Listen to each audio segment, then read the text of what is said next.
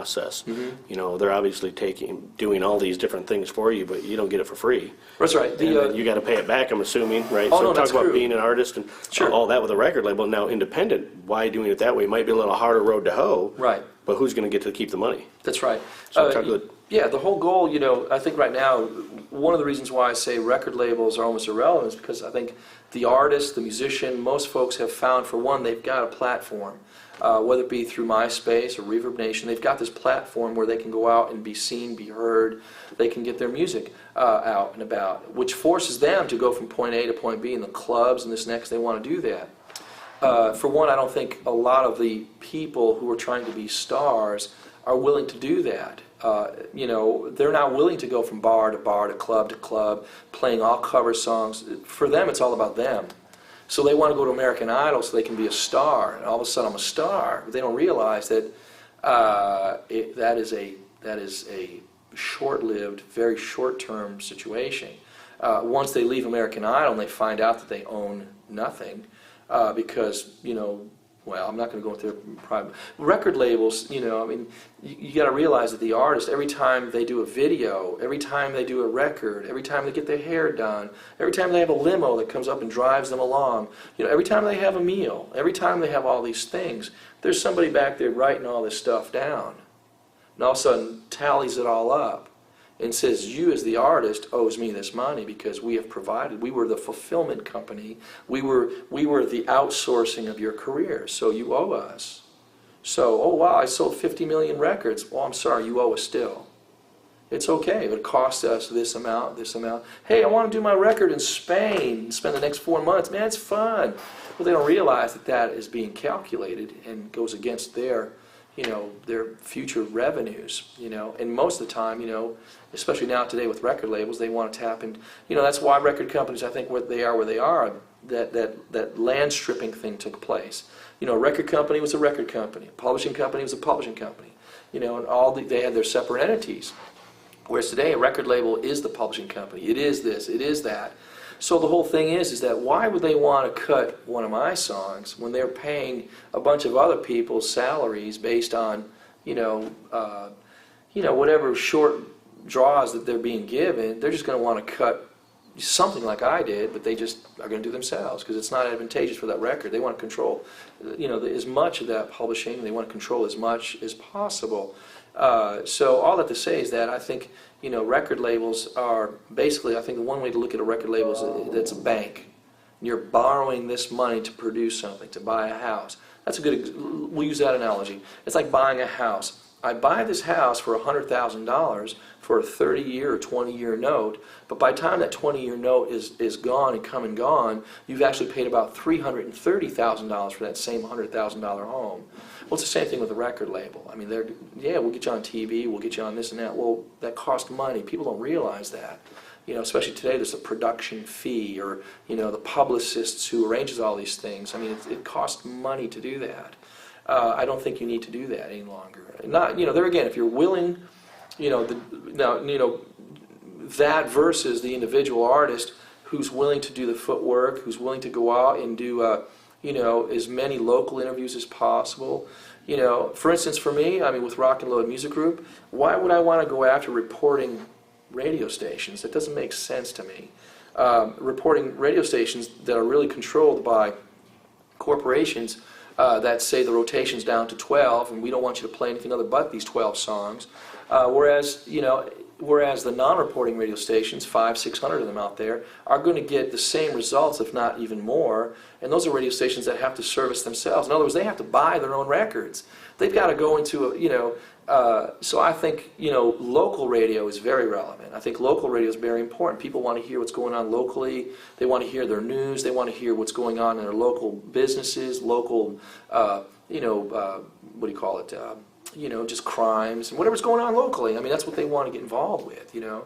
So that to me is relevant, you know. Local cable stations are relevant, you know, things like that. But record companies and all of that, there again, I think you have to find out, you know, you have to search yourself and say, what is my desired outcome? Well, I just want to make a living doing what I enjoy doing. Well, that's reasonable. That's something that I think that's obtainable. I think that you can do that. You have a better chance, you think, of succeeding if you really stay independent as long as you need to, and Correct. only source out what maybe you can't do, or because again, talk about that. How much more money is at stake, Right. Short term and long term, for you being in control of that. Right. Short term and long term, where the money's at. I mean, an artist, for instance, if you can control and outsource your very products, I mean, you can probably make, $4, $5, $6, $7 on that one record. Whereas if you go through a major label, yeah, you might sell 1 million units, or you might sell. I mean, it's a volume thing, but how much did you truly make? Versus if you sold 100,000 units on your own. Versus that million, you'll make more money on the 100,000, because it's just the way it is. I mean, that's just my humble opinion, So anyway, I'm sorry. Your question was good, and I wanted to extrapolate on that, but I forgot. Well, mainly just again, I'm a guy who's got the choice here of either going independent, going with a label, and getting into debt $2 million. And then probably padding the account. Padding. Right. Probably don't need the full 2 million. Probably could get away with 1 million, but because they're going to limo hair, try to Right. really overkill everything. But Right. grassrooting Right, this right. this career that I will. Plus, I'm the brand anyway. That's right. I'm the person who's saying I'm the one. Ultimately, my fans down the road. I might be with 10 different record labels. That's So right. ultimately, the importance and again the value of That's right. learning the business. I guess part of it's asking how important is it to. Yeah, you have to learn the industry. You have to learn the business. You have to learn the nuts and bolts of where the money's at. How do I obtain those monies? Especially today, in today's climate. I just had a meeting before with a new artist, and a very valid point, brilliant point came up.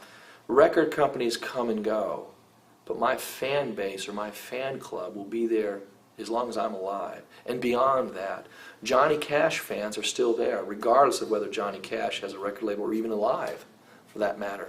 I think you really have to focus on the brand, which is yourself. If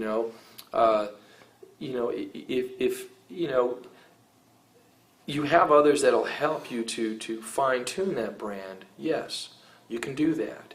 But as long as you don't lose the integrity of that brand and the soul of that individual, and I think for the independent person, the individual artist, I think the tools are so great right now for you to do something other than chase a record deal, and because they're basically going to be doing the same thing that you'd be doing anyway. Even if you get to a level, and you just got to realize this: once you get to a level, they're going to want you anyway. But it's the same thing with a manager. I have a lot of young people say, "Oh man, I'm just looking for management. Man, I got to get a manager. I got to get a manager." Well, I ask there again, what is your desired outcome? Why do you need a manager? What is it in your life that really needs managing? Well, no, I need to I got to get some meetings with some record labels, and they can get me a deal, and they can get me this. Well, why do you want the deal? Well, man, because I want to be able to go out and play my music, and I need the money to do that. Well, then why don't you just go to the bank and borrow the money to do that? You don't need to go to the record company to do that. Well, man, they got, they need to make my record. They can get me on radio. They can get me on this and this and that. Well, no, they can't. The chances of them getting you on radio are very slim to none. And it's going to cost, what, $500,000 to do so. Or, I might be exaggerating there, but I'm just saying, no. There again, what is your desired outcome? Well, I need a manager. Well, no, there's nothing to manage. However, if you're the artist who's forging your way ahead, you are booking, you are playing, you're performing, you're singing, you're writing, you're doing all the things that you need to be doing, you are building something that's of a value. You are building up a portfolio, so to speak. A portfolio that has a value to it, that you can monetize, that someone can see, man, they already got something going there. And I think if we just did this or that, we can launch that to a higher level, or we can expand upon it this way. So we can either vertically, horizontally, we can do something with it. That's what management is for. Management is somebody to take something that's already existing and manage it. But if you have nothing to manage, then you don't need a manager. I had a fellow one day, most honest fella I've ever met. I mean, we were talking about management and this and that, you know, I've done like Transformers, Robots in Disguise. I did a lot of jingles, so there was income coming in from a lot of stuff.